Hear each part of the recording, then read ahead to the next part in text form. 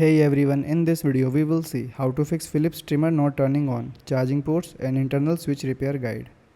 Fix 1 is charge the trimmer properly. Connect the original Philips charger securely, then make sure the charging cable is fully inserted into the charging port. Plug the charger into a working wall outlet. Leave the trimmer charging for at least 8 hours. Try turning the trimmer on again. Second one is check the charger and power outlet. Plug another device into the same wall outlet to confirm it works. Inspect the charging cable for cuts, bends or damage. If possible, test with another compatible Philips charger. Replace the charger if it is faulty. Third one is clean the charging port. Disconnect the charger, then inspect the charging port using a flashlight. Remove dust or lint using a soft brush or wooden toothpick. Do not use metal object that can damage the contact. Reconnect the charger and check if charging starts. Fourth one is clean the power button. Turn the trimmer off and unplug the charger. Blow compressed air around the power button, then press the button several times to loosen any debris. Try turning the trimmer on again. Fifth one is reset the trimmer.